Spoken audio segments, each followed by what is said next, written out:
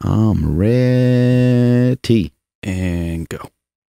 Guys, did you guys eat a lot of cereal as kids? Because I did. You fucking kidding me? I had a giant like dog bowl, like, you know, like a bowl that you'd put like popcorn in. Yeah. I had this like giant ass bowl that was like that, and my mom started buying the cheap cereal, the no name brand cereal. Oh like, God! Like the Fruit Loops that you know doesn't. Yeah, it doesn't have like the logo on it and shit. I was like, what is this crap? She's like, you eat way too much of it, because I would use a whole box every time. Yeah. Yeah. And then I got really fat, and I started putting like half and half on it, and then heavy cream. I got way out of control. You did heavy cream? Delicious. Oh yeah, of course. That's fucking amazing. Nah, dude, I think it doesn't make any sense that ice cream or that cereal is a breakfast thing, because it's like eating ice cream. Yeah, it really, it's so sweet. Oh. Why do we eat weird stuff like that for breakfast? Because it's the most important meal of the day. Yeah, you got to start it out with a donut or some cereal.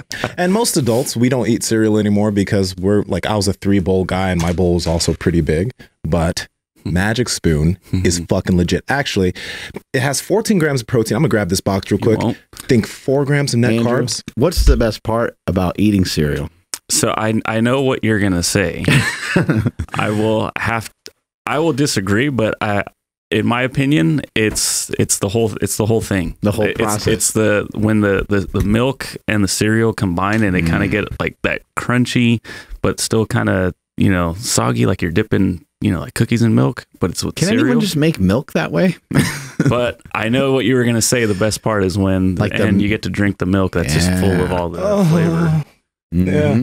I want to let you guys know something. Each serving of this is like 170 calories, but let's be real. Most of us, I ate the whole box. So if you do eat the whole box, the macros are this. I think it's 45 grams of fat, right? 70 grams of protein, and net carbs are 20. For an entire box. Jeez. So I'm just saying, like, we have eaten the entire box, but like if you're an adult and you can have servings of this, yo, it's no guilt cereal, and it fucking tastes amazing. Kind of a cleaner cheat, and maybe isn't gonna wreck your blood sugar the same way that regular cereal would. Yeah, and then for me, it's the guilt part of it all. Like if I have, you know, store brand or name brand cereal, I'm gonna kind of just feel like oh man, I really I didn't finish the day, you know, or I didn't, you know, give it my all. I had this, but now with Magic Spoon, I can have it and then realize like, hey, this actually works really well with my whole like daily intake of calories and macros, all the above. What about what we did on the show the other day? We packed it together with Fairlife. More protein. Yeah. So use your favorite protein shake or use something like Fairlife with it, and you're really having a party. Yeah. That was so good. That was fucking good. Talk about protein leveraging. Yeah. You guys have really, really got to give this stuff a shot if you have not done so already. Pick up a value bundle, which is what's kind of part of it. That's what's up there on the table. And you go through magicspoon.com/power project, and you'll receive $5 off of that value pack. No code needed. Just head over there to that exact link. Links will be down in the description as well as the podcast show notes, and you'll receive $5 off that variety pack because it's amazing. Still dancing? You seem decaffeinated. I'm a little decaffeinated, yes. Okay, guys. Hey now. So the first guy to fail at Sober October is me. I drank a cup of coffee this morning. As you can tell, I feel fucking amazing. Yeah, you were on point. I think it's not a bad idea. You know, I think with the Sober October, the whole point of it is to maybe do less, right? Like not to do less, be less. Yeah, nobody needs to like kill themselves with it. My wife was saying the other day, she's like, I'm going to this party, and I was like, just have some drinks. Don't worry about it. She's like, I want to, but I'm trying to do the whole month. I'm like, but who cares? You're going to drink one night and have a couple drinks.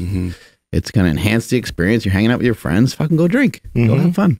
I will say, I do appreciate the feeling I had without caffeine, because now it makes me realize how beneficial it is for me. And number two, I'm going to limit it. I'm going to make sure that I don't like have too much every day. So I'll have like a cup of coffee. Some days I'll maybe only do tea. We're going to have the same conversation in like 3 weeks. I'll cycle it. I'm going to cycle my caffeine usage. Nsima, we got to talk to you about this. It's only going to be 2 cups of coffee. No, I swear, guys, I can quit anytime I want. I mean, kind of, sort of. Man, I feel like such a bitch. But it's okay. You know what's interesting is I thought for sure, because like everything else that's difficult, you know, Nsima has a hard time with it for like 5 minutes. And then we're like, fuck, dude, he figured it out again. Like he got better at whatever it is, the animal flow being one of them, right? Yep. That was the most recent thing. I'm trying to think of anything else. It's really hard. But I was like, I bet you he's struggling. And then he's going to come out of this and be like, guys, my energy is like 10 times what it used to be. I'm so much stronger now. I'm so much better. And then, so you walked in today, like all jumping around. I'm like, oh shit, did it actually happen? And then you're like, nope, I had a cup of coffee. I literally skipped into the office. He did. I just like skipped in here, got happiness. So almost caffeine makes you feel great. Yeah, some awesome stuff. Today's guest, I'm really excited to get to. We have what was the name that was written down? Jason. Again, so side effects of no caffeine.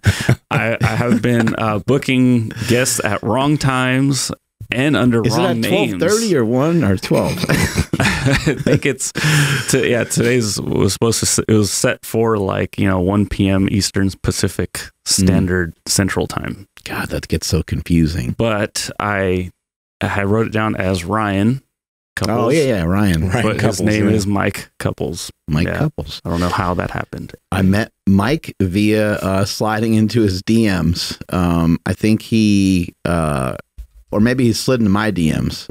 Mike commented on a post that I made where there was like I think it's like a famous art piece of somebody etching their once fatter body into a kind of sculpted body. And he said, I have that tattoo because I used to weigh X amount of pounds. I forget how much he weighed when he was a teenager, but he weighed a lot. And so he and I went kind of back and forth, and he started kind of telling me the story, and he started telling me the pain that goes along with that. And I just found that to be really fascinating. I don't think you really hear people talk about that often, and I'd love to get perspective of what are some of his thoughts on kind of what happens to our children in this country, and is what is currently happening. Like, who better to ask than somebody that's lived it? And now he's on the other side of things, and he's in a lot better shape. He was able to, I'll let him kind of speak for himself on what he did diet wise, but it's all really interesting, and I'm excited to talk to him today. Yeah, I love it when we're able to talk to people who literally have just done it. And he just seems like he just changed his habits, but it's going to be different because he was fat for a long time, and as a kid too. So this is going to be real good. Yeah, let's bring him on in here, Andrew. Yeah, I'm waiting on him. Fair warning. He might be pooping. Oh, you need to poop? In about 10 to 12 minutes. The coffee is great with the regular timing too. It's like clockwork. Yeah. This feeling is something I've been missing it. There's a lot of people that are like, yeah, like I can't even poop without my coffee. I was there. That was definitely me. I had to have some form of like caffeine in order to kind of like jitter me up to go take a dump. And then now yep, I'm good. I don't need anything.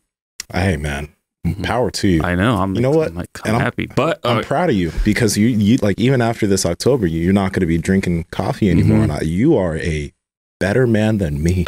Dude, we'll see.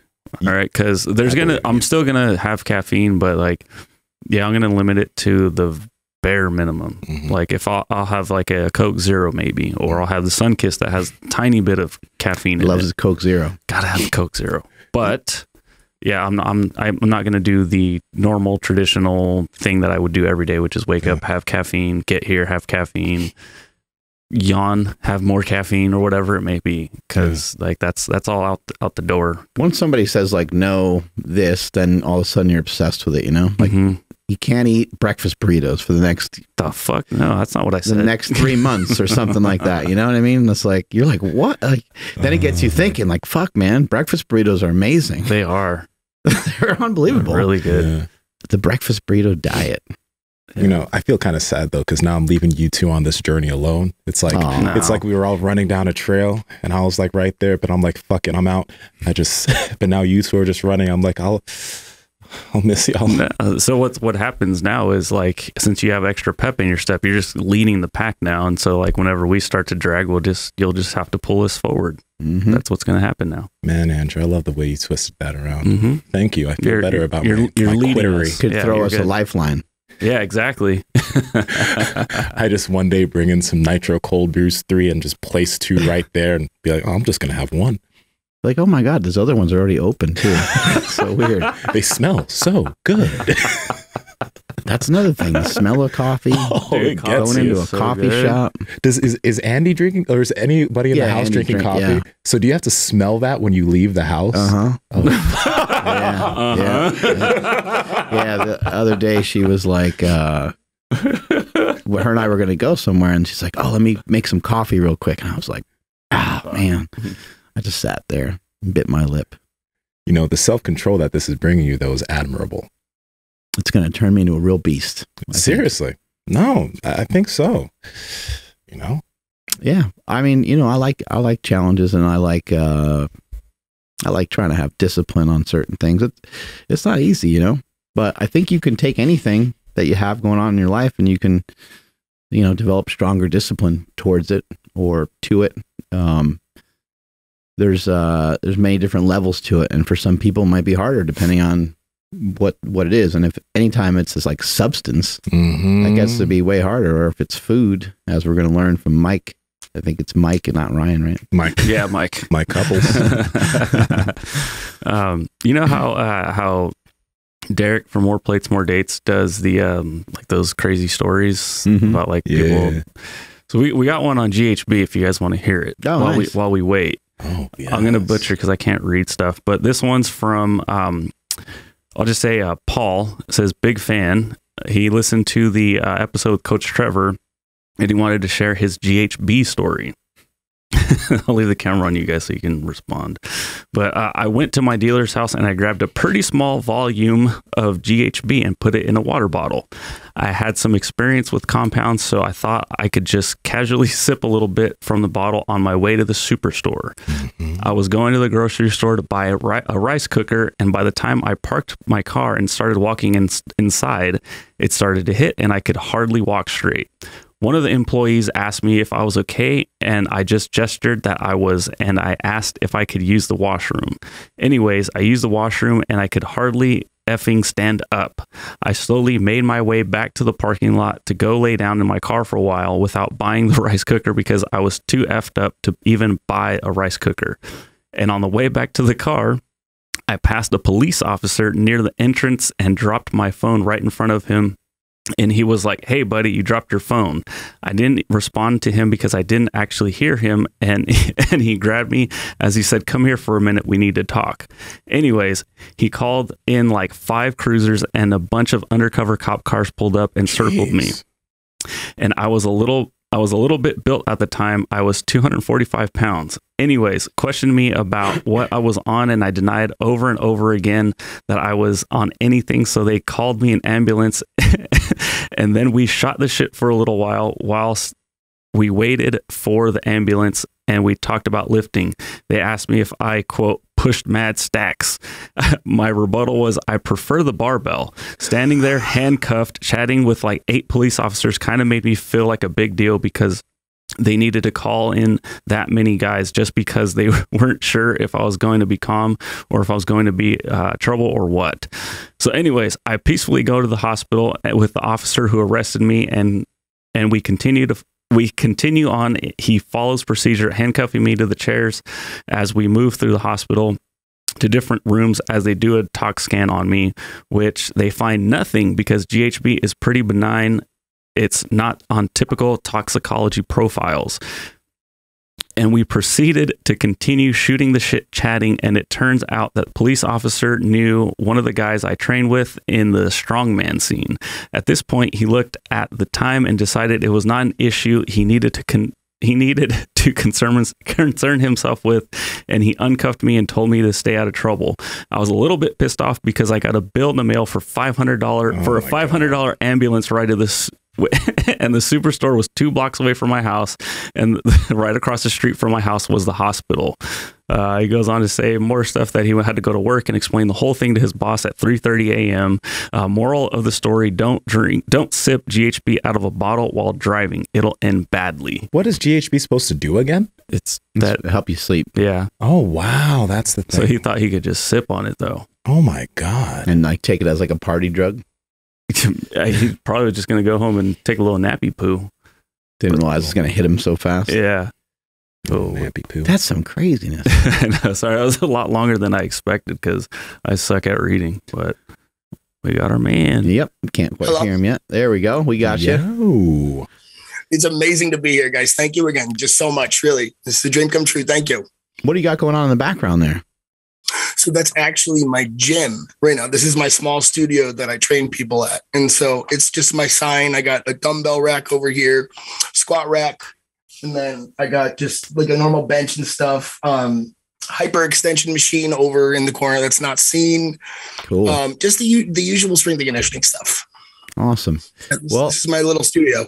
Well, if you don't mind, we're just going to roll right into it because we won't bite. We'll play nicely, and I think we'll end up having a great show. We're just going to talk just as we were talking when I was going back and forth with you a little bit on Instagram. If you're comfortable with that, I would be absolutely fine with that. Yeah. All right. This is Nsima. The other guy over there is Andrew, and you know me already. Mark, nice to see you officially. Nsima, nice to meet you. And Andrew, thank you so much for being so professional through all this. I appreciate it, guys. I try my best, dude. He said my name perfectly. Holy shit. Yeah. He said your name right off the bat. Yeah, that's crazy. Well, I mean, he just said it, so it wasn't that hard to remember. All due respect. But still, anyway. All right. Well, tell us a little bit how this whole entire thing, like as you saw it, how did this transpire into you developing into a teenager that was how much did you like? What was the most you weighed? Yeah, so I was 550 pounds at 17 years old. And around 17 is when I started a diet, and I'm 32 now. So it's been around a 14-year journey. And it's very easy to summarize that way, but there's a lot of nuance with like my weight loss story and also my post-weight loss story where I started a career as a trainer too. Let's just go back a second to, let's go back to like when you were like 5, were you kind of normal? And like, what about when you were like 10? Well, it's actually very interesting. So I've always known when I was young that I was overweight, and I could just tell by physically looking at myself, comparing myself to others. And I was keeping track of what I actually weighed for about 12 years, maybe up until 12. But then from there, I actually got too overweight for a scale at like the doctor's office to register my weight. And so I only know that I was 550 pounds because I got sick once and I ended up going to the hospital. They really, really needed my weight. So they had this special machine that was made for people to be weighed that are stuck in wheelchairs. And you just subtract the weight of the wheelchair. That's the weight of the person. I just had to stand on that myself. So that's actually how I found out I was 550 pounds. Initially, back to being 5 years old, my lifestyle really consisted of the same thing: playing way too many video games, eating really large portions, and taking way too many trips to Denny's. To be honest with you, I think I kept their lights on for many, many years. And that's really where roughly, I would say 4 to about 12 years old, that lifestyle just compounded over time to where your weight can spiral out of control. And then next thing you know, it's just out of your hands. Do you have any siblings? I don't. I'm an only child. Okay.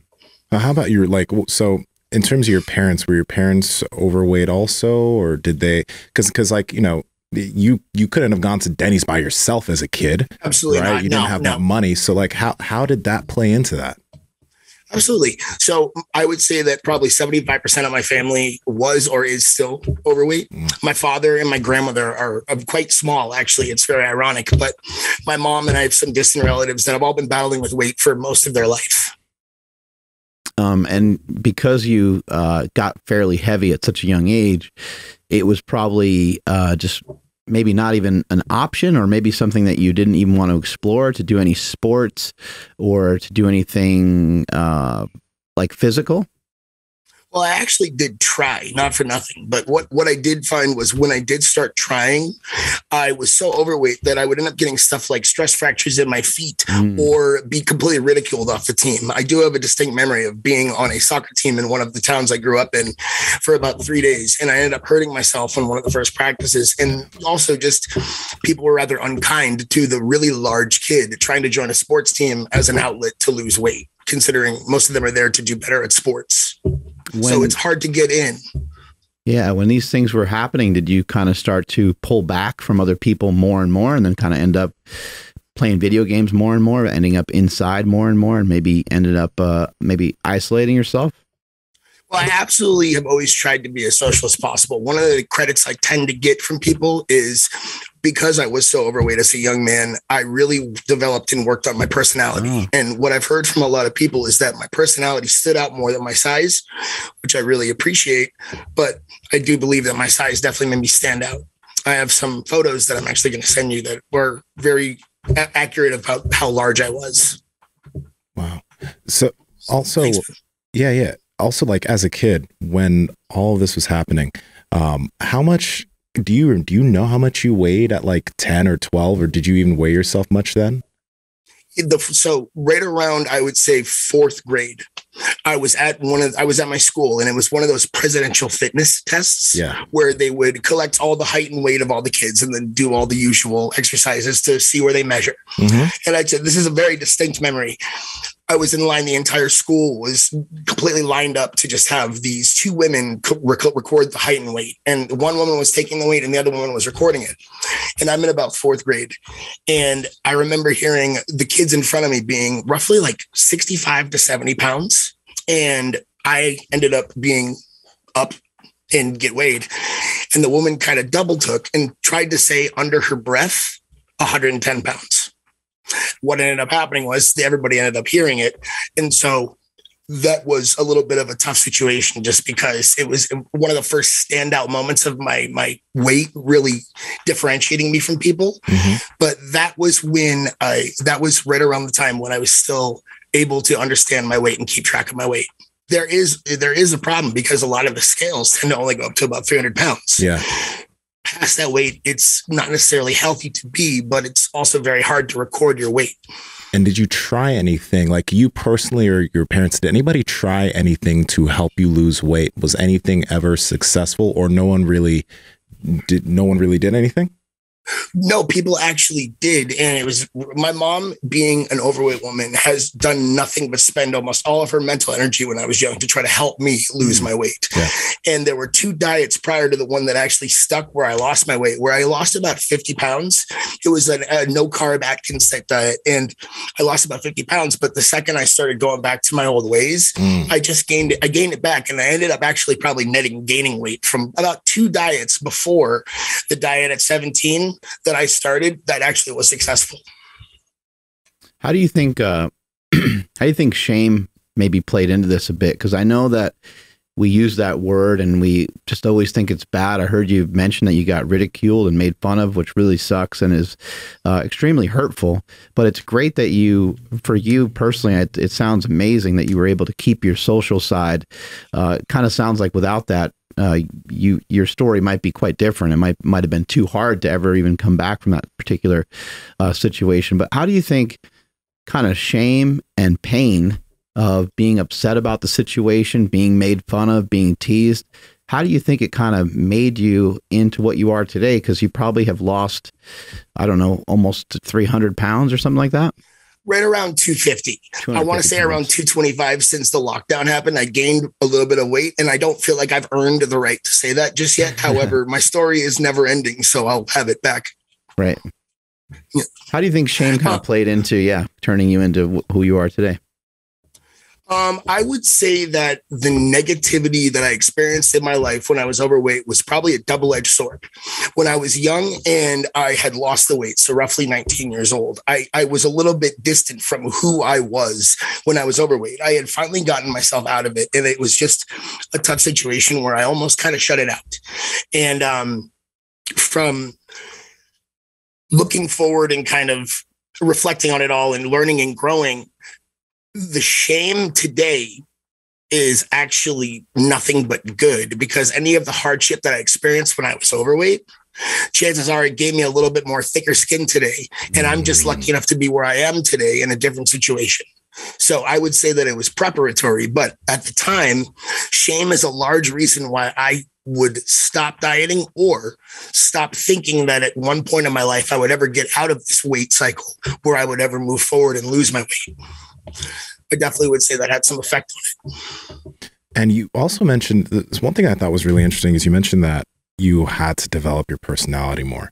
But you also, you said, you played a lot of video games, you were kind of sedentary. So my question is, I don't think a lot of people, like what allowed you to do that? Because a lot of people, I don't know when being super overweight, if that would actually make you less confident as an individual, but it seems that like you were able to build a great personality, we can tell, but also a lot of confidence. So what brought you that level of confidence, even though you didn't feel right with the body that you had? Truth be told, at the time, it was most likely compensatory. The way that I looked at it back then was if I had a personality that stood out, if I showed some form of intelligence and just tried to be as social as possible, maybe these things would stand out a little bit more than my size.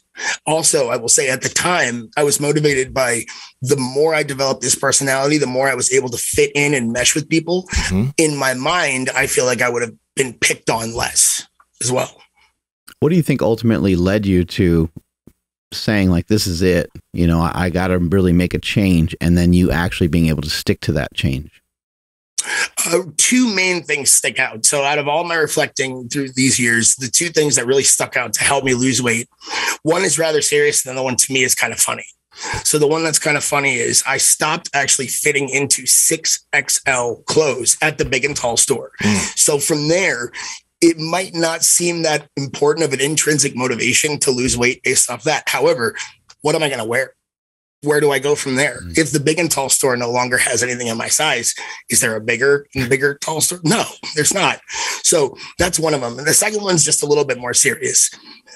I ended up having a really good high school experience in terms of my professors and teachers. They really took a liking to me. I've always been a lifetime student, and I try to stay humble, and they always seem to gravitate towards truly liking me. And there was one day that I was out on a hike, not even a hike. That's a terrible way to word it, because I was out on a very small walk around this little college campus that was right across the street from my school. And I was out with one of my professors.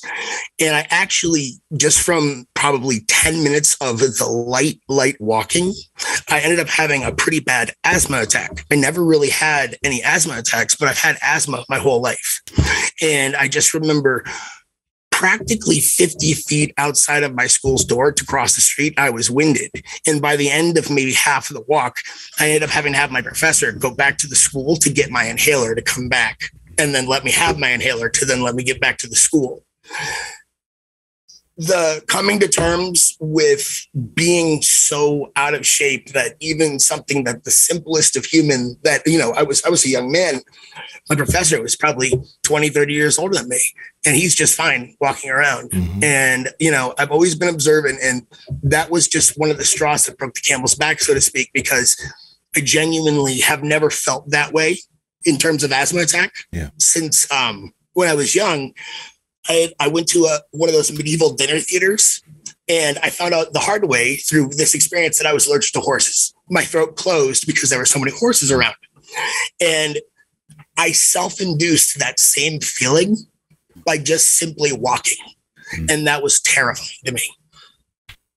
So when you start all of the changes at 17, I'm curious first, like later on, what diet you did, but how did you start changing your habits in terms of just the way that you lived versus what you were doing before? I'm curious about how you were living before in terms of how sedentary you were, et cetera. But what physical things did you start to change and slowly move towards that were some big needle movers for you? Absolutely. So I would say it's actually been more of a step-by-step process. My weight had gotten so out of control that looking at it now, it was just so many things to try to tackle right away. And so initially my thought was to change my eating habits. And in terms of diets, there's probably no specific diet that this is called. But what I did was I logically thought of the food that I could eat almost every day. And I stuck to those foods, and the way I would kind of spice it up and also just, be a human and not just live in the same modality my whole life would be like different sauces, teriyaki sauce or barbecue sauce. But what I tended to stick to was some form of one rotisserie chicken the entire day. And I would break it up and put it into little containers. A baked potato, some rice, and Caesar salad. And then from there, where I found my variety was different dressings, different sauces. But my young mind and my family at the time, because I was young, also helped me figure out what to eat. And those just seemed like the logical things to gravitate towards. Yeah. All of the foods that I ate before I lost my weight were the typical overcaloric large plate meals. And that was just probably one of 4 or 5 meals per day. Mm-hmm. When it came to the diet and the weight loss that actually stuck and it really moved me forward in my life, it was more doable because I stopped caring about, how do I word this? I stopped allowing myself to think that that was true food. True food, and my mom actually gets credit for this, food should be looked at as fuel, not something that's an enjoyment or a scapegoat. And that's always just been a mantra to this day, looking at food as fuel. That's wonderful. I start a lot of people there when I communicate with somebody about their kind of weight loss journey. I'll sometimes ask them, I'll say, what's your favorite food? And they might say pizza, and I'll say, let's try again. I'll say, what's your favorite food? And they'll say French fries, and I'm like, what's a real food that you like? And I think that's really brilliant what you did. You said, because you had previous experience at times in your life of trying diets, the diets did work. You mentioned you lost weight a couple different times. Absolutely. But when you went off of those plans, they didn't work, which is obvious because then you're back to your old habits. But very intuitive of you to recognize, hey, those experiences I had before weren't necessarily bad. I just didn't enjoy the food enough to really stick with it. So what are some foods? How do I meet myself halfway on this? And I think that is a really great place for people to start. Did you end up still cheating a lot and messing up on the diet here and there? And if you did, how'd you have enough positive self-talk to keep putting one foot in front of the other? So for some reason, and I really attribute it to the asthma attack, and just when you can't wear clothes at that size anymore, that is kind of like a, so to speak, rock bottom. And so a lot of it I attribute to those leaving any excuse that might have given me a choice to stop my diet, leaving. But there's another part of it where when I started this specific diet, the one that had success and the one that took, at the very beginning, it was really, really easy to stick to. And when it comes to the cheating element of my diet, I'm a human, and willpower is just about as depletable of a system as your muscle energy. So I did absolutely allow myself to eat. But what I ended up doing was I structured it so that on my birthday, on holidays, I just stopped caring about what a diet would be. And the hard part, but what I taught myself to do through that was the day after, it doesn't matter what you did, you just go back to it. Prior to that, like with the first initial diet, it would be if I cheated for a day, my mindset would be, well, you've cheated already. You're off your diet. Why not just let this bleed into the next day or the next? And that attitude, I just don't know if I could afford at the time to have anymore. Because at that age, at any age, if you have weight issues and you just feel different, you're very aware of it. The mirror every day will remind you. So at the end of the day, more times of just looking in the mirror and more times of realizing what I've become just gave me a little bit more motivation this time, because this was the first time that my health was in question. And how did you know to structure like your cheat meals like that? I see, some people, or I say I used to see a lot of people would like, okay, I'm going to do whatever this diet is. And then you kind of check in on them and it's like, yeah, I'm going off the plan today because I need a cheat meal or whatever. I need a cheat day. And it's like, man, like, I don't think you've made enough progress to actually do that, but you're scheduling it around events that are throughout the year. And they're not like, you're not going to give yourself like, I'm going to go, 2 weeks really hard. And then next Saturday, I'm going to go get some tacos or something. You're just like, no, I'm going to wait till my birthday. Like, that's really big. And since you did start so young, what made you decide to kind of structure the cheat meals that way? So just logic, really, when it comes down to it. I know what my propensity at the time was to want to eat. I really did, because obviously it was enough to get myself as far down the road as I did.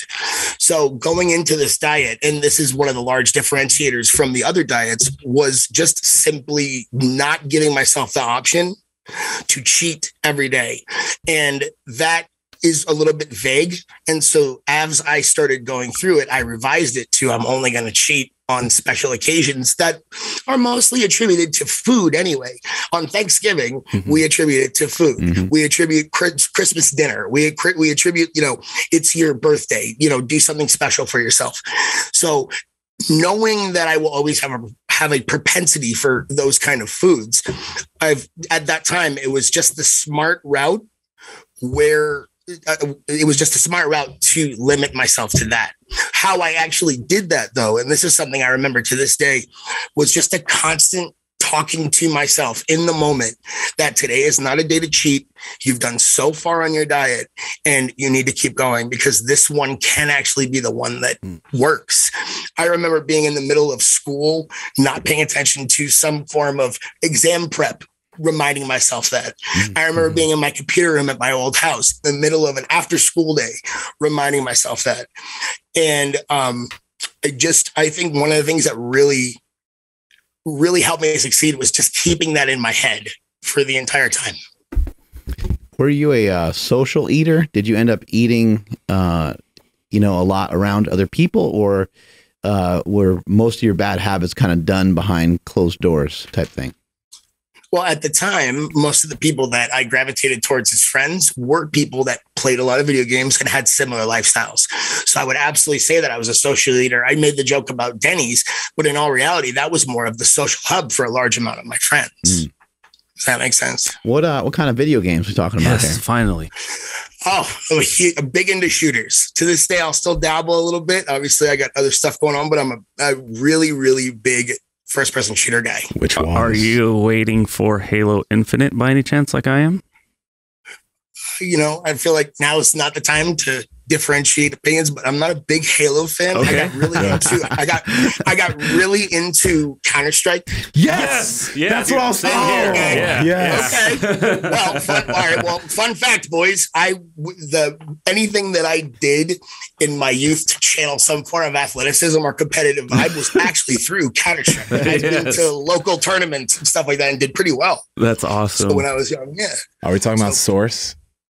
No, 1.6. Oh shit. Okay. Yes, sir. When you were playing those games, was this a trigger? Was this something like you were playing the games and like eating pizza or something like that? Like, what did it look like? I wouldn't necessarily say it's like that. I would say that playing too many video games is a conduit to be able to eat too much. You're already signing yourself up for something that doesn't necessarily include a lot of activity. Right. And so you have to think about the kind of people that would electively go towards that route. People that would probably not inherently like activity anyway. So I would say that it's just a conduit for the energy drinks, eating bad food, pizza, because when you hear the word gaming, those are things you tend to think about. Yeah. What are the foods that you had a real affinity towards, and were you, in your opinion, were you kind of addicted to those things? Anything fried or pizza. To this day, I have structured an entire cheating on my diet model my entire life around Pizza Fridays, because it's just something that I'm not necessarily sure I want to compromise ever giving up. But that was really my jam. It really was. You ever have a fried calzone by any chance? Oh. No, but now I want one. Yeah, it's delicious. Yeah, hopefully we don't have another conversation about you being 500 pounds. No. I just found my way back to it. It would be like, yeah, you told me about those damn fried calzones. That's all I ate for the rest of my life. I remember I was in California for a pretty long time, and I went back to New York, and I was like, I just want to get something different, something weird. And I went to this place and I got a calzone. The guy's like, you want it fried? I was like, yeah, okay, great. It sounds like basically fried pizza that's all folded up with a bunch of extra dough. It was so good. Dang. It's unbelievable. It sounds delicious. Power Project Familia, how's it going? This episode is brought to you by our sponsor, Merrick. Health. Now, if you know Derek from More Plates, More Dates, which you obviously do, he owns this TRT clinic, and Merrick Health is the premium telehealth TRT and HRT clinic, where we have something called the Power Project Panel. If you're just interested in getting labs for men and women, 26 different labs, that'll give you everything you need to know. But if you want to work directly with somebody who can give you advice on exactly what treatment you should get, Merrick Health has those doctors too. So check them out. Andrew, can you tell the people how to get it? Yeah, absolutely. So we have links down in the YouTube description as well as the podcast show notes, but you need to head over to marek.health.com. That's MAREK health.com. And yeah, if you are interested in TRT, you can actually contact them. You'll hop on the phone with them. And when it comes time to actually start paying for some of these panels, just let them know that you heard it through us and you want to use promo code PowerProject15. And that's going to save you 15% off all the recommended labs that they give you. Again, links to them down in the description as well as the podcast show notes. Highly recommend it. They are the premium telehealth HRT clinic, TRT clinic. They're second to none. So head over there right now. So I'm right there with you. Pizza Fridays used to be like an every week thing. Well, I used to have pizza all the time, but I'm curious, have you ever tried messing with like making your own pizza to make it like less calorically dense and maybe, you know, have control over it so that way you can still have it and not really have to wait till Friday to eat it? Or is that just going like, is that opening up a can of worms that could go really bad really fast? Not at all. Not pizza, because I think I'm a little bit unwavering with how much I do enjoy pizza. However, stuff like lasagna or chicken parmesans or other things that you can add a healthy fat-free or better breadcrumbs or the fat-free ricotta, I have absolutely tried. And I am a big believer that they actually do satiate that need for, especially lasagna. You can really do lasagna in a healthier way. And it really does satiate that need for lasagna. So I would say probably not pizza, but absolutely with other forms of food. Do you tend to lean towards like lower fat, lower carb, or do you just kind of pick just in accordance to like maybe what's available, or do you kind of shift around a little bit? Well, I have a couple rules. So the only time that I actively avoid carbs would be when I'm at a gas station. So when a lot of clients tend to ask me if I go out and I forget my lunch or something, what's one of the best alternatives? And I'm a big believer that like beef jerky, cheeses, the sliced meats, other things like that would not involve carbohydrates or that are especially sold at gas stations. I think that that would be the time that I kind of avoid carbs. For me, I feel like I am lucky because limiting myself to a baked potato and rice really got me to love a good potato or a good rice. And so those are the carbs that I'm the most gravitated towards anyway. So when you say good potato and good rice, like, is there a certain way that you yourself like prepare these things so that it actually is good for you? Tastes good? Well, tastes good. You can just kind of make a compromise with something like margarine, which is not the best for you. But when it came to where I was at the beginning, trying to be 100% by the book of what is the most healthiest was so far against the way that I lived my life that I learned to be okay with these forms of compromises. That's why I actually brought up the teriyaki sauces and other stuff, because not necessarily is that something you hear to put on food for if you're trying to lose weight. But one of those things that they really do is give you more sanity to push forward to the next day. I'm curious. So, Go ahead. Go ahead. No, you go ahead. I want to know, because I think right now on social media a lot, you see people talking about like fat phobia and that idea. And I wonder, first off, do you think fat phobia is a legitimate thing? And also, when it comes to people within fitness, like trainers or people putting forward information to try to help people lose body fat, right? Is there messaging that they are missing when it comes to individuals who are much heavier and are in a different situation? Okay, two-part question, and I have a decent answer for both. So in terms of fat phobia, I would say that my own personal opinion about people that are overweight are people that have a ton of untapped potential, because people that, whether they're overweight or not, there's a commonality amongst humans. They're probably distinctly good at one thing. So they have some form of inherent value. So I would not use the word fat phobia in terms of devaluing anyone that needs to lose weight. However, I would say that if I did not go down this road and start my fitness journey and continue it the way I did, I would not have allowed myself so many new parts of me that have shined through since my weight loss to actually be a part of me. And so I would say that people need to lose their weight to just continually find the better in themselves. The longer someone has just stayed in that very almost stasis-based state where they're just gaining weight and not doing anything, they're forgetting about all their assets and about all their values that they have done in their life. And I would just say that no one will ever succeed. Well, very rare few people will succeed when everyone has the chips against them.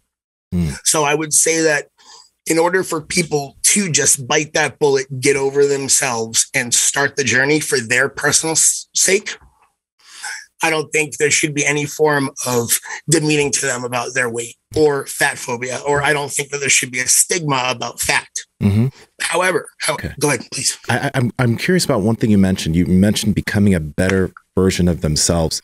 And a lot of times when I see this talked about on social, one of the big things is like, I'm okay the way I am. Like, first off, my like, go to the doctor, my blood levels are fine. Like, even the idea of saying you can become a better version, that seems to rub people the wrong way. You know what I mean? Because they're like, well, I'm already healthy. All my everything on my cholesterol, all that's healthy. This is the fine version. I don't need that. Being skinnier isn't better.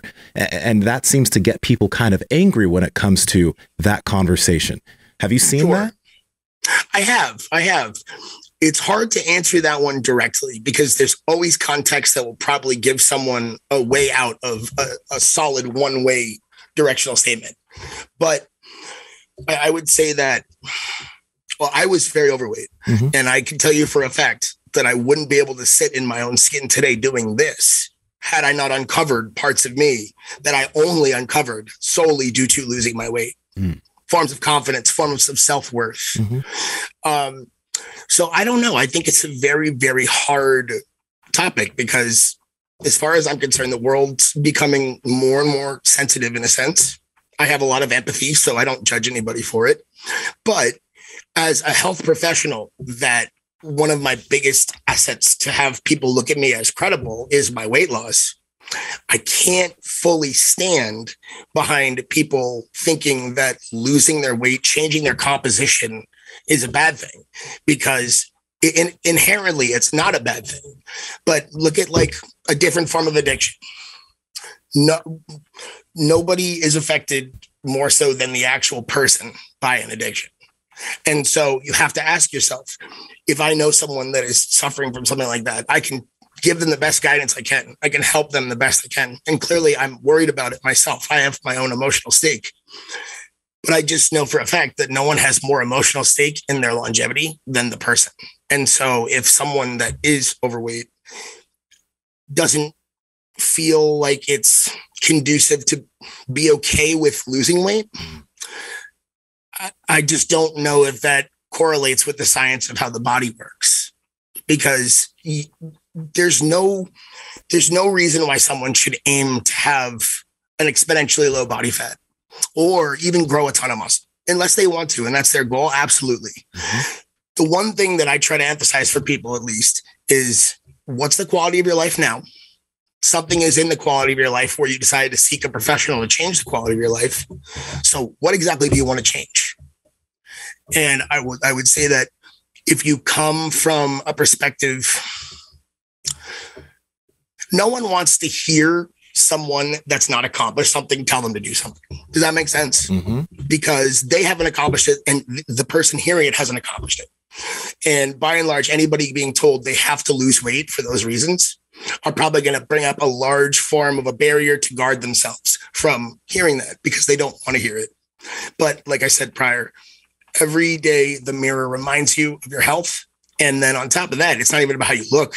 I can tell you that I did not feel like a healthy young man when I was so overweight. I didn't feel good. I felt like I had the body pain of, someone a little bit older than me. I felt very embarrassed, not wanting to walk up my school stairs because I didn't want to be the one huffing and puffing in the silent class prior. So I don't want to hate any part of my old self. I just want to thank myself for moving forward, because the aesthetic part of it's irrelevant. I've been able to live a better life because of my weight loss. Does that make sense? Yes.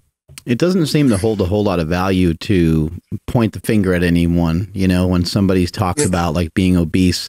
However, it does seem to make a lot of sense to take a lot of personal responsibility. As you're mentioning, you took it head on, and you decided like, this is going to be the change that I'm going to make. In your opinion, do you think it's people's fault, their own fault? Like, it kind of sounds like to me that because you were heavier at such a young age, it almost isn't really your fault, but I guess, does it even really matter? Because what matters is that you were heavy at one point and you needed just to lose weight. Yes. For the sake of my longevity and actually being a human on this planet, I did.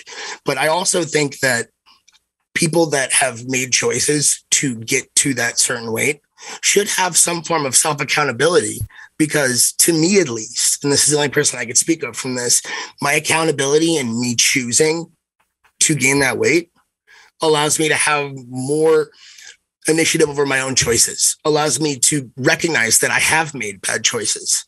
And so setting aside anything where someone might feel bad, no one on earth is being force-fed. Does that make sense? Absolutely. So I would say that a large amount of people that want to lose the weight truly do know it themselves. It's just locked away under a lot of self-convincing that it's okay. So I would say that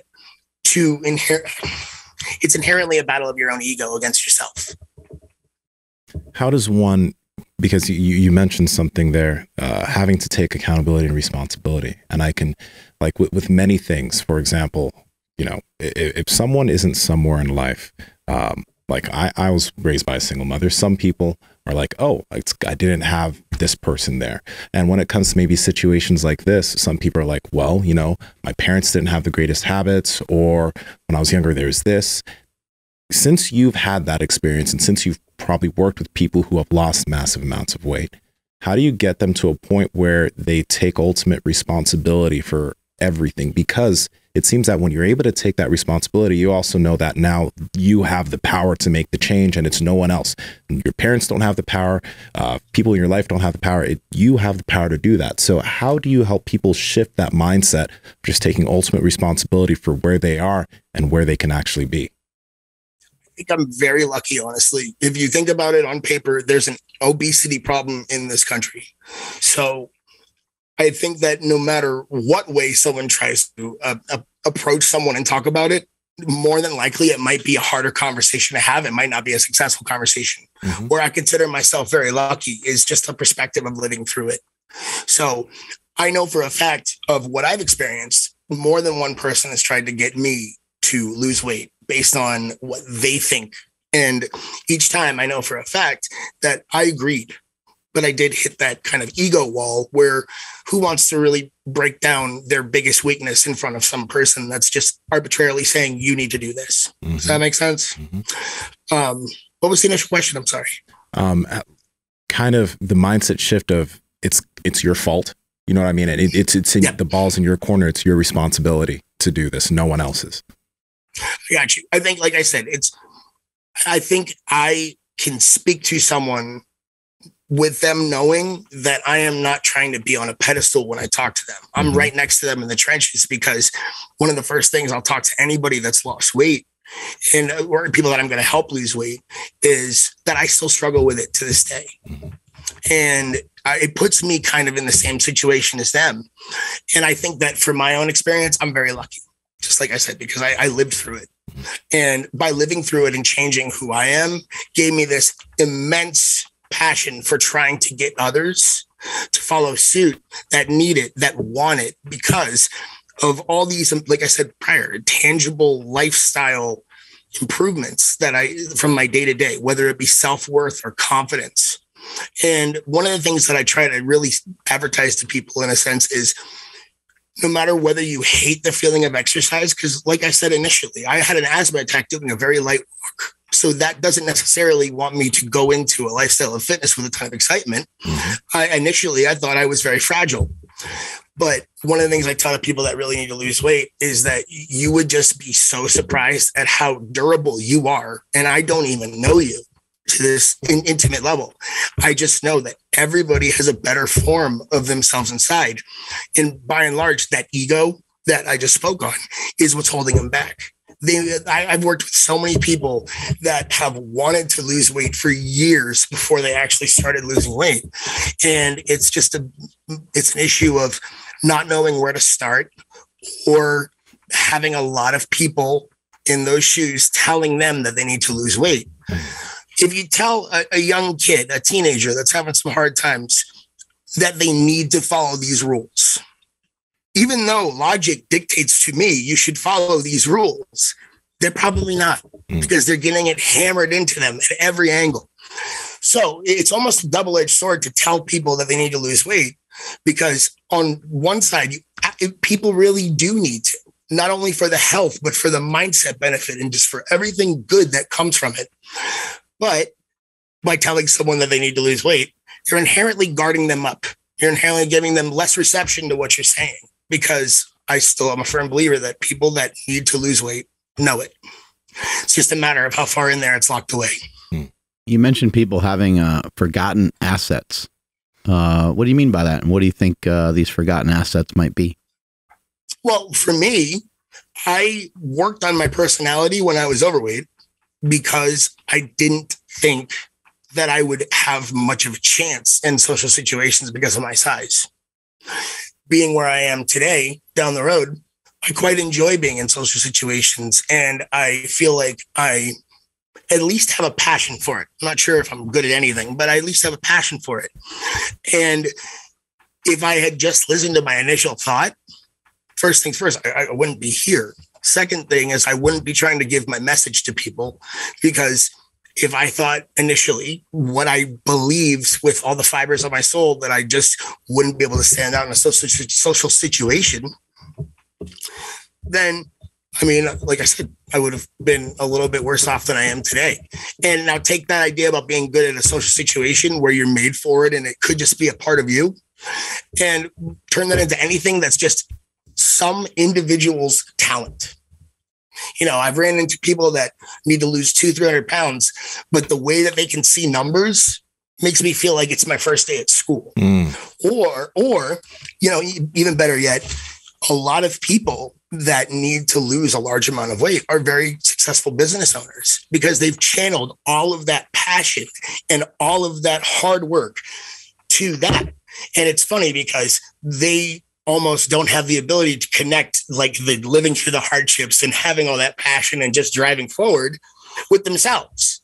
They separate all of their own assets, or all the things they're individually good at, and they separate it from their actual self because they don't like their actual selves or how they look. And so it's just funny to see, because people that lose weight, you'll find as they lose weight, they pick up different hobbies, start dressing differently, start becoming a different person. And they really do mold and change just simply because you're giving an opportunity to try new things. When you're overweight, you're very limited. You already are probably holding yourself back in a litany of ways. And then you are worried about what the outside world is thinking about you. So living very reserved doesn't give anybody the opportunity to grow or get better at anything, or realize what they are good at. And then for me, at least, learning fitness, learning and understanding this whole game gave me a really good mindset on just about anything in life. I'm not going to be a business owner that's amazing at this right away. I'm going to progress as I go, because I learned that through fitness. So I think that people could really find a lot of benefit from just uncovering that fitness process of trial, error, experiencing hardships, failing, coming back again, because those are the things that one of those situations solely defines someone that's overweight in their mind. So you're just kind of losing some emotional baggage while you lose weight. And that lets you kind of go back to your own drawing board and figure out who the hell you are. You know, I'm not sure if you guys touched on this while I had to run to the restroom, but you mentioned that you play games less now, right? Or like not nearly as much, correct? Yeah, I mean, I still love video games. It's been a lifelong hobby, but I have other things that I have to take care of, and learning to prioritize those things was a valuable tool in my life. But I don't believe in personally abstaining from anything that makes the person who they are, because I think that just about anything could have some form of self-control over. It's just a matter of when you feel anxious about something that you either feel like you need to abstain on or change, don't label yourself as the failure in it. Take that thought away and start figuring out a process to solve that problem. And so that's, go ahead. Yeah, I'm just curious because like when I was younger too, my problem with video games is that I would play multiplayer games and I would get too competitive and I'd spend way too many hours trying to get too good. Yes. So now I spend like I just play single player stuff because like I know that once I open that multiplayer worm, I might not be showing up for the podcast. So I'm just curious, when it comes to the video game thing, how do you balance that now where you can do it in a healthy way in healthy doses? Well, it probably sounds like a silly mindset, because what you just said about getting into an online, as soon as I could compete against someone, I get that exact same buck in my games. So what I actually do is use that and try to remind myself constantly that when I'm not on top of everything else I need to do in my life, whether it be work, you know, my outside life, my relationship, I'm going to play like really bad in those games because I have other things on my mind. So the base definition of a video game is a hobby. A hobby is supposed to be something to be enjoyed. If you are overly competitive as a hobby, that's not a bad thing. However, if you subside parts of your life for something you're incredibly competitive in, that might not make you a whole person, and you might not be a performer after that. So for the people that spend 1 hour doing a multiplayer game, that 1 hour you actually might be really good because your mindset is on the game. But then 4, 5, 6, 7 hours later, you're reminded that you've done nothing but play this game. And if you start losing the game, or if other people start, you know, doing better than you, that trickles into your mindset. And then the game's not even fun anyway. So the way that I try to always keep myself in check with it is I'm going to play like crap if I don't keep track of my life. Just like I would assume a physical athlete would take care of the other elements of their life to make sure they're not going into competition with their head full of stuff. Does that make sense? Makes total sense. What do you think? What do you think young people and maybe parents should know about children that are gaining excessive amounts of weight? Do these things always come from places of pain and trauma? No, actually, I would say some of it just comes from love. Like I had said to you a little while ago when we first started talking, no perennial bad decisions were made in my house. The only thing that I could really think of was people's large amount of love for me overshadowing their logic for the right decision for me. So one of the things that I would tell maybe the parents of those children is that you can love them by setting up systems where later in life, they will really thank you and not feel unappreciative, because I think everybody has uncovered in a sense that life unfolds the way it does. It doesn't necessarily have a lot of favorites. It's not necessarily the most nice. It just is what it is. So the people that have spent their whole life hid away, gaining weight, and not experiencing that, especially the ones that are through enablers or, like I said, love, and there's nobody understanding the situation at hand. Well, you are inherently setting that child up to deal with the already there hardships of life, but they have absolutely no prep for it. So in a sense, it would literally be like someone walking into a gym and saying, I want to be a pro power lifter. Have you lifted before? No. I would probably not start them on a reverse band bench. Does that make sense? Because you're throwing them to like a shark's den, and it's just not the right idea. So life's going to unfold either way. If you spend your time solely playing video games and gaining weight and being unhealthy, you will find out a harder way than others that may have changed that. Gotcha. You know, I don't know if we also got into the fitness stuff when I was gone, but like with your lifting and the fitness and all of that, how did you progress that? How did that start to move forward for you? Yeah, absolutely.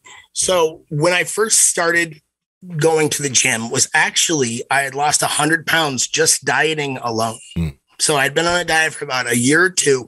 And my first thought process about going into the gym wasn't about gaining muscle or getting strength. What my first thought was add activity, because I'm at a plateau and I'm really disappointed in this weight loss. Before that, my diet carried me through 100% of the weight loss. When I did get into the gym, I still remember my first day in the gym like it was yesterday. I did 30 minutes of cardio. And I'm a young man, so I did the preacher curl machine, and then I left. The next day, I was at the orthopedic doctor's because I couldn't unbend my arms. I'm not kidding. So it just, to this day, it's just that funny beginning intro story. I started like everyone else, having no idea what I was doing. Probably for a few months, I started just doing cardio. But one thing that I noticed at my size then, and I had a lot of extra skin from my weight loss. I had lost about 100 pounds. I still had more weight to lose, but my extra skin was starting to come in. I wanted to find a different way to change my composition. So I've always been a really big nerd. I'm a studious and I don't mind asking questions. So one of the things that I did was I walked up to the biggest personal trainer that was there. I told him my weight loss story and I said, I'm looking to gain some muscle. And so I had an early personal trainer that I would say did more than he actually understands for me. But it was just very basic. It was a basic bodybuilding split. The exercises did their job. I did grow some muscle. I did get a little stronger. But the one thing that this program really helped me do was realize that I actually really enjoy exerting myself. And I really enjoy chasing a fitness goal. And I enjoyed the feeling of it because if you think about someone that spent a large portion of their life spending in front of video games, in front of a computer chair, activity is not high on their list. My last real memory prior to getting into this gym was having an asthma attack when I did something very, very light. So the idea that this body could actually do things and progress in things and tangibly get better just completely hooked me because it was so foreign at the time. The concept that my body was used for anything other than my brain was just very foreign at the time. So it was just a really beautiful discovery for myself. After I got into bodybuilding for a little bit, I just realized that my muscles were big, but my body hurt. And I was never tight. I'm sorry. And I was never the flexible one in the class, obviously. And so once I won't say I graduated bodybuilding because you don't ever, but once I got the ropes of bodybuilding and I figured out what my body feels like and was, doing during then, I wanted to try out different things. And so I researched different forms of fitness. I found powerlifting, CrossFit, and strength and conditioning in a very lucky situation. I didn't know better at the time, and I didn't really understand the concept of what I was getting into. So I blindly walked into a CrossFit gym. What ended up happening was it was a local CrossFit gym where it's mainly just a strength and conditioning gym. And the guy was using the CrossFit name as a way to get more people in. And he was an incredibly nice man. And he had his CSCS. And I told him my weight loss story and he instantly brought me under his wing. And so I trained there for a good amount of time. I got strong and he kind of got my foot in the door to understanding there are more forms of training. And then from there, I continued to change my composition where I was gaining some muscle, I was gaining some strength, I was becoming more athletic, but I actually had a ton of excess skin. Where I had it the most was right here around the chest line. And I had a really, really large, it's actually called scientific or medically a pannus. I had a large pannus that was falling over my waistline and went down almost to like my mid thigh. And that's essentially just the skin fold of when you lose the weight folding down. And I changed my composition to the point where I actually got a little bit discouraged because I will still have this extra skin after everything that I was working through. And so what I did was I started researching what people can do in the terms of plastic surgery and other outlets to take care of excess skin. One of the things that I found was there were no insurance companies that tended to cover excess skin removal, just because inherently you made the poor choice initially. So that's kind of like their dead stop to having to cover it. I had my doctor advocate for me. I had a local personal trainer who was doing just body fat analysis and just recording my actual progress advocate for me. And my own personal fitness journey here was sidelined because I ended up having to get this excess skin removed for about 8 months. That 8 months was a hell of a recovery. To this day, I still have about a yardstick long incision around my lower abdomen that wraps around my body. And I have a large incisions right through here. I have photos for it. I actually sent them over. But what that did for me was give me about an 8-month recovery period where I wanted to go back to doing what I was doing.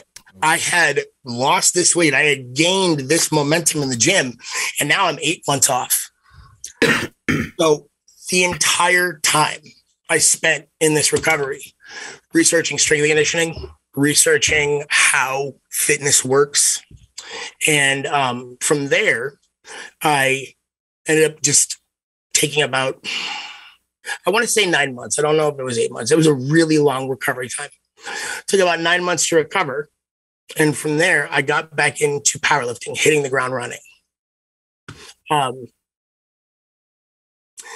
Are you curious as to how my personal training route went or my own personal training? Does that make sense? Mm-hmm. Yours specifically.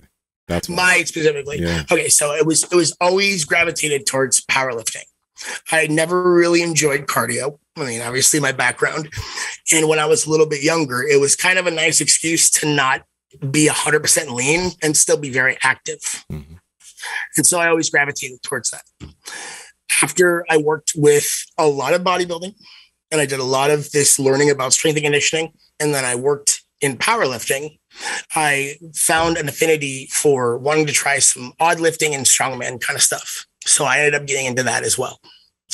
From there, everything that I did was great at getting stronger, maybe growing a little bit of muscle, but nothing worked on my mobility or my ability to move.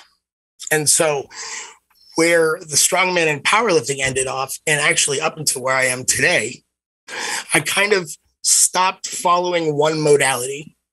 And I initially focused on a ton of movement and mobility and flexibility. And that didn't last forever. So then I got back into heavy lifting a little bit. And that didn't last forever. So then I got into bodybuilding a little bit. And what I ended up forming an articulation on in the long run is, for me personally, if I like these forms of training, I have nothing to specifically train for. I'm going to kind of homogenize. There's no magical program or any formula that I'm doing. I still deadlift. I heavily work on my mobility. I'll do the gun show workouts that make me happy. And from there, it's been all about just trying to look at my body like life's a playground, and that's the conduit to which I can do. And trying new things.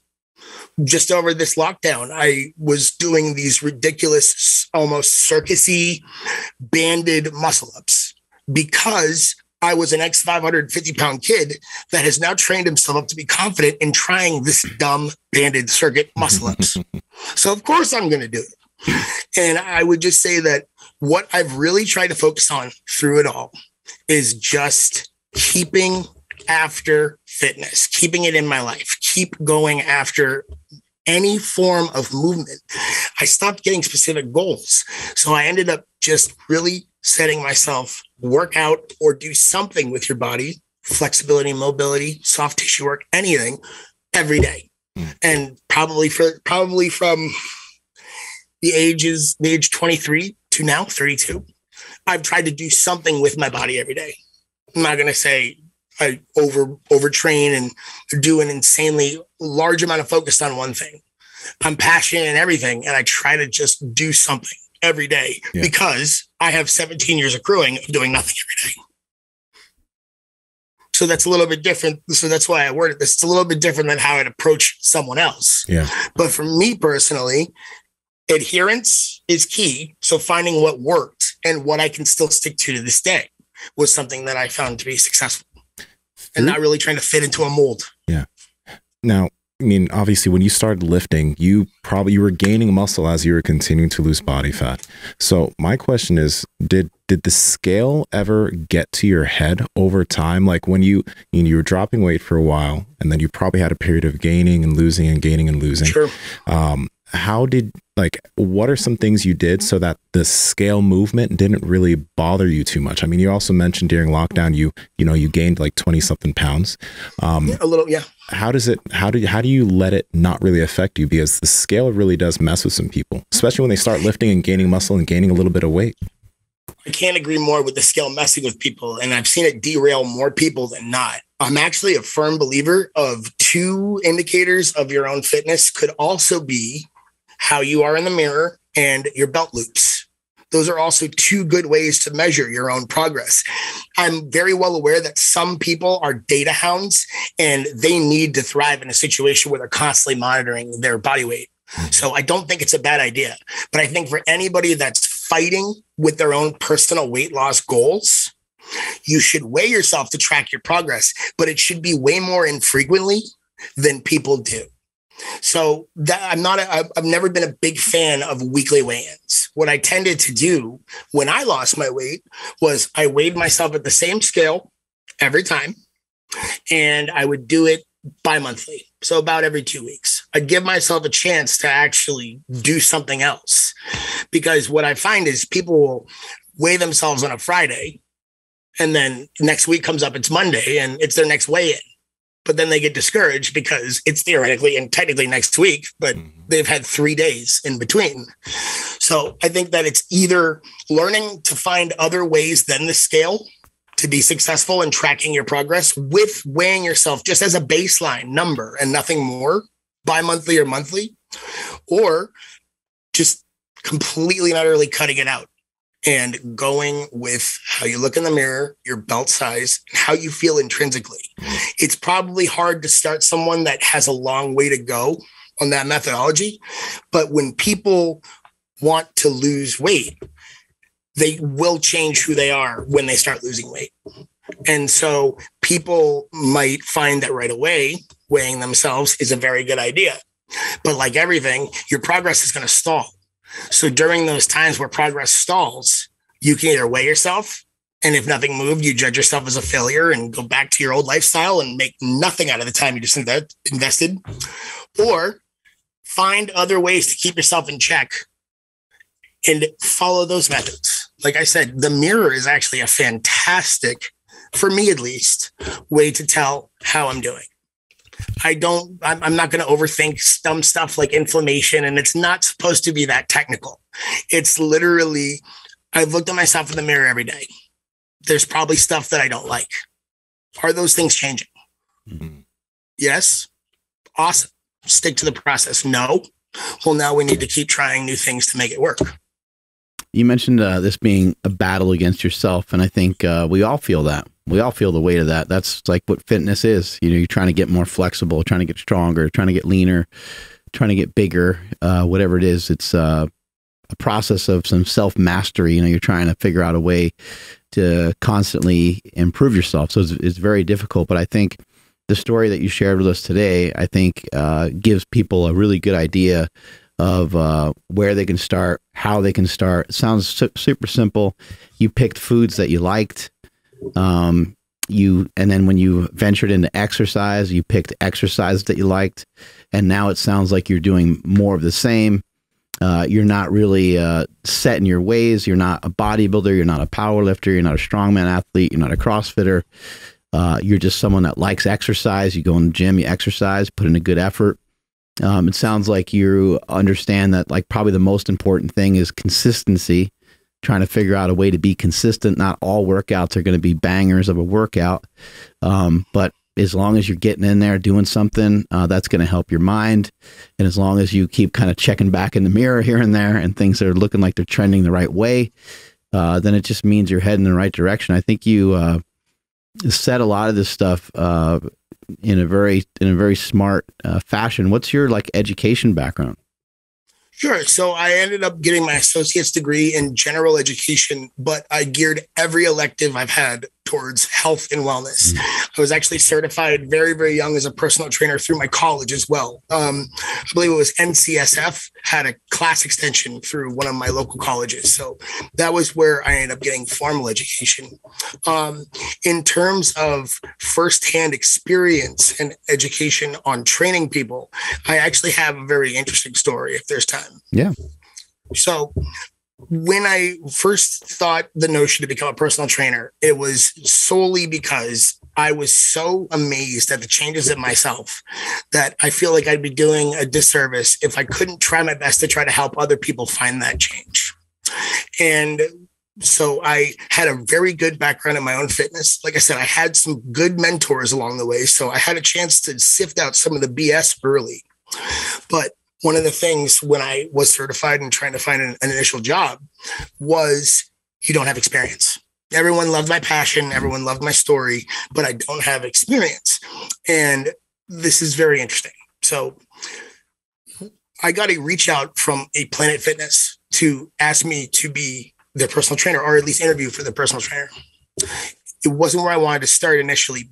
However, when I went to the interview, they explained that they have a free training model where they don't charge members, and members will have the ability to book sessions with you to have the time showing you machines.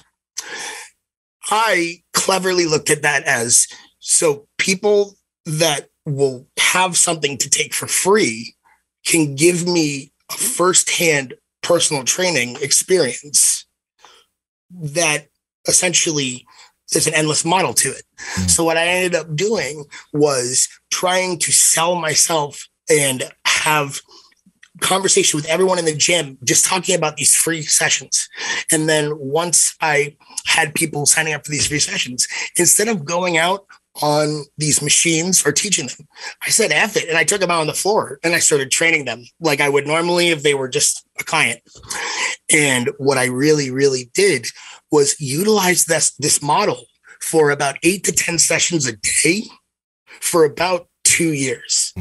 So I took an opportunity that was a little bit strange, and I tried my best to mold it into something that I could really grow from and actually get that experience from. The best part about it was I had people coming in with limitations or injuries, and me being young at my job, I had no qualms with saying, I'm not 100% quite sure, but let me do my diligence and research and I'll get back to you. We'll reschedule this session and I'll have something that I can help you with. Now take that example with 100 or 1,000 people. There are 100 or 1,000 differentials in the body. And so it gave me a really, really good opportunity to work with hundreds and hundreds of people and just collect experience. If you see a young kid walking the streets that's kind of a byproduct of a lot of the food that we have, a lot of the conveniences that we have, and just the amazing flavors and combinations of food that we have, when you see someone who's really excessively heavy, does it kind of hit you heavy in the heart? Because you're like, man, you're like, shit, I was there. And do you want to, like, you probably, I would imagine you want to like approach that kid and be able to like talk to him, but it sounds maybe not appropriate. Well, it's really hard because, like I said before, if you're going to talk to someone about weight loss, you're instantly going to have a more defensive conversation. But I mean, just the other week, I was at a restaurant with my girlfriend, and we saw a young man who was overweight sitting in the corner alone. And I kid you not, I actually had to go to the bathroom and kind of pull myself together because I felt genuinely horrible for this young man. I could just get a lonely sense from him. And I've just been in those shoes to where I uncover this quite a lot during my day-to-day. There'll be times where someone with, movement issues or in crutches or a cane will walk down the mall. And I instantly think about like, how can I help them? How can I give them? I'm not trying to cure anything. It doesn't work like that. But what tip or tool can I give to that person?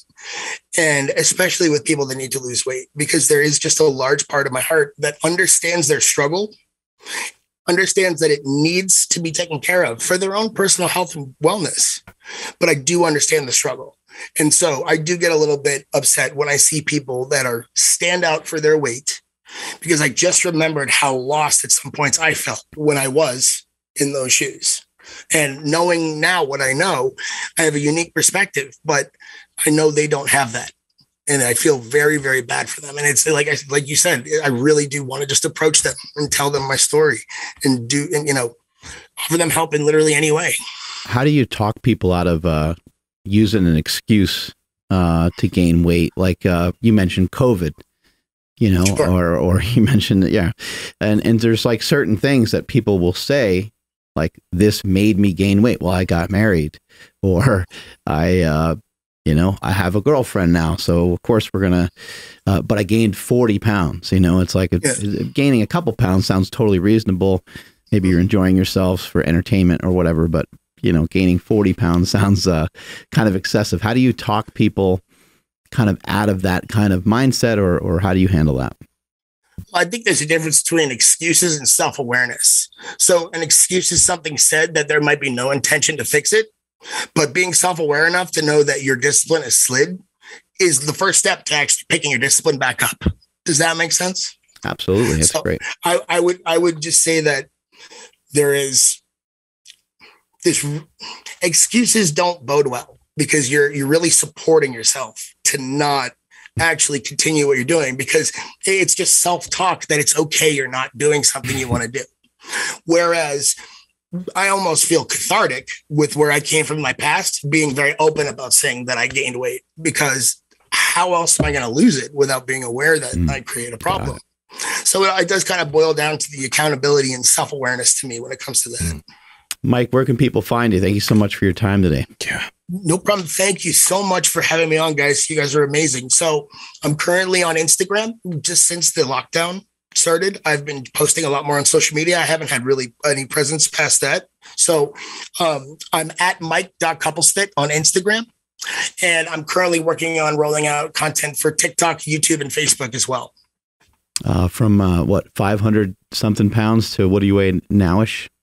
About 270. So like I said, I gained a little bit of weight, but man, congratulations on it. And I wish you all the success in the world. It's really just fantastic to have somebody. We have so many nutritionists and so many specialists come on. We've had weight loss journeys and weight loss stories, but we have not had anybody on that was heavy at such a young age, which I think is just, it's like a different battle almost, making the decisions later on as an adult. It is, to me, it's a little different, starting out being 10 years old and being quite a bit heavier than a lot of the other kids. And then by the time you're 17, you're, 400, 500 pounds. Amazing story and great job. And thanks for being on the show today. Yeah. Hey, thank you so much for having me. Again, appreciate it so much, guys. Have a great day. I'm checking out your page right now. Real quick. What's your TikTok also? It's currently in the process of being made. Gotcha. Like I said, I started my social media presence just about at the beginning of this lockdown, and a very humble 1,500 followers in like the last year. And the more it goes, the more I'm just currently trying to bring my message out there. So I will hopefully have one pretty soon. We got you. Okay. We'll talk. We'll talk. Catch you later, Mike. Thank you guys so much. God bless. Thank you. A lot of good nuggets in there. Fucking a ton of great nuggets. Oh, God. One thing he said that was amazing, and I love when people put stuff so plainly and they don't even understand, like how just gangster they are. Like they say something so cool. But he just said, just get back to it was his like mantra. Like, you can have a cheat day. Totally sounds reasonable. Why can't you have a cheat day? Why can't you enjoy pizza? It sounds, that's a reasonable thing to enjoy your favorite food. Sounds, we can all agree, right? We can, but we're not accepting that it's going to happen the next day and the next day and the next day.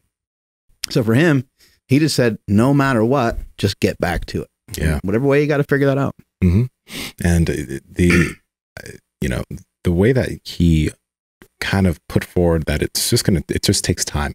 Cause like he's been at this for what? Like he's been doing the dieting since he was 17, I think. But it takes a long time.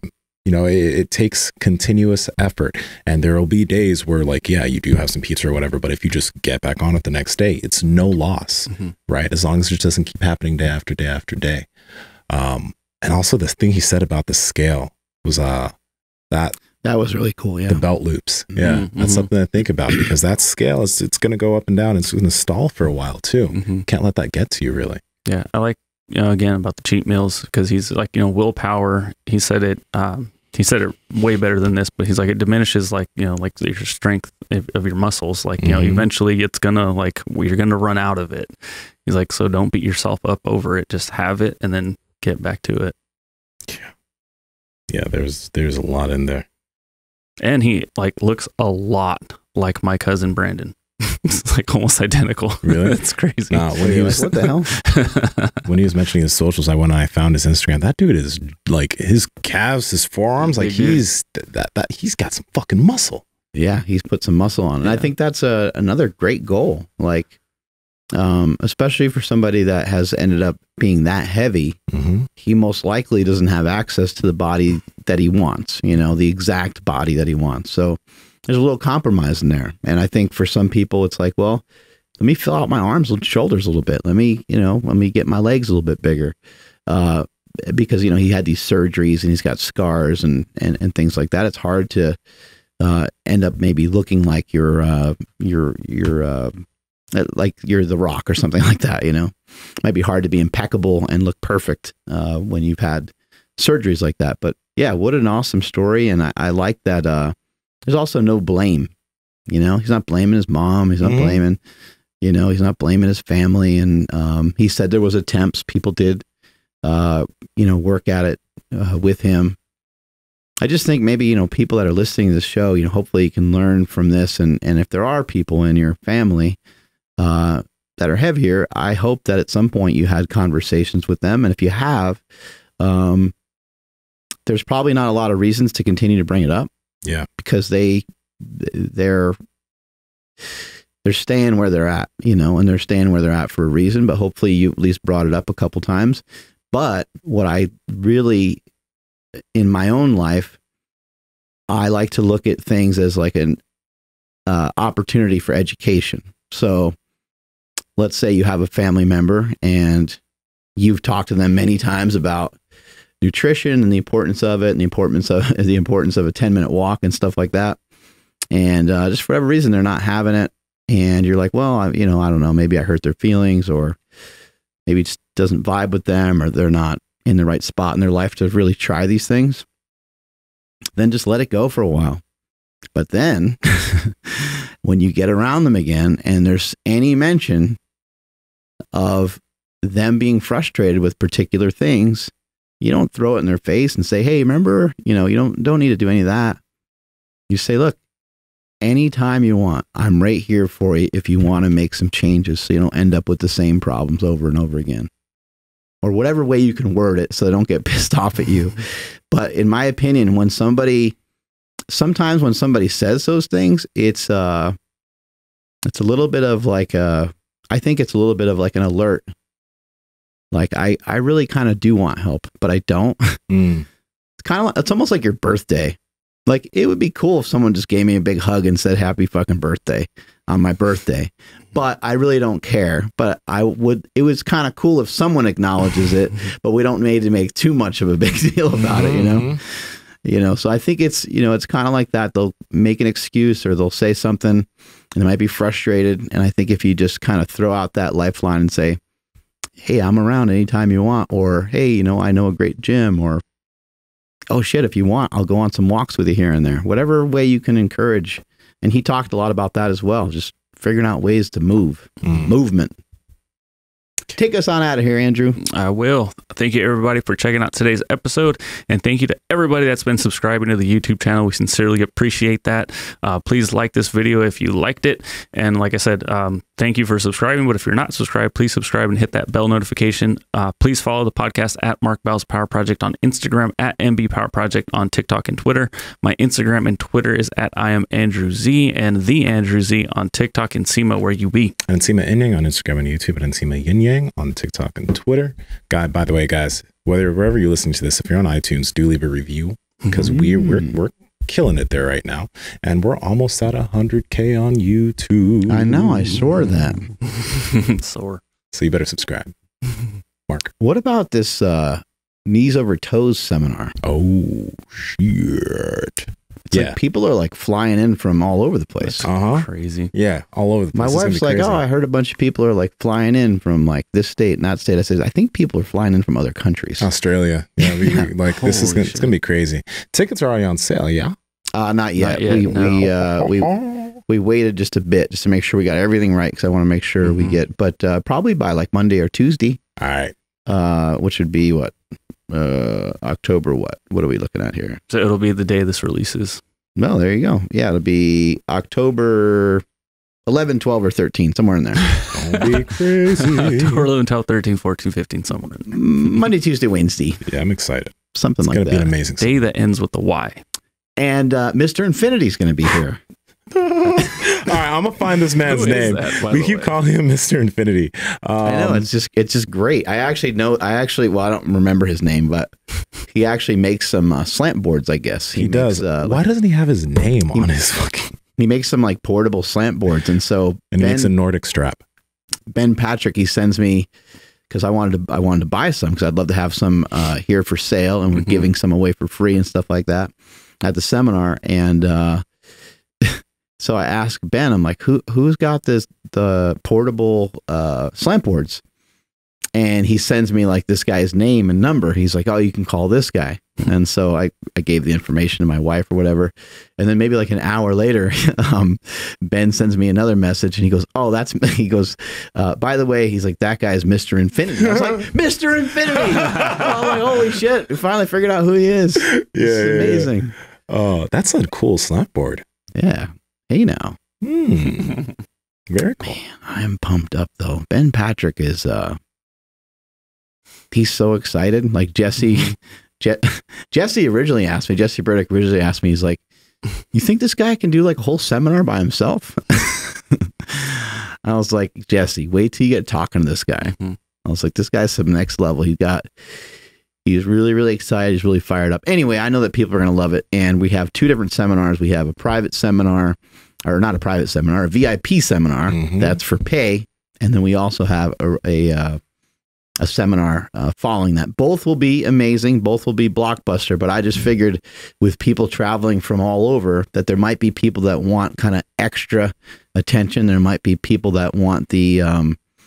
maybe a little bit more advanced information and stuff like that, or just even more time with Ben Patrick. So we set up both things. The paid seminar will be first and the free seminar will be second. And it's going to be fucking amazing. October 24th. I'm at Mark Smelly Bell. Strength is never weakness. Weakness never strength. Catch you guys later. Bye.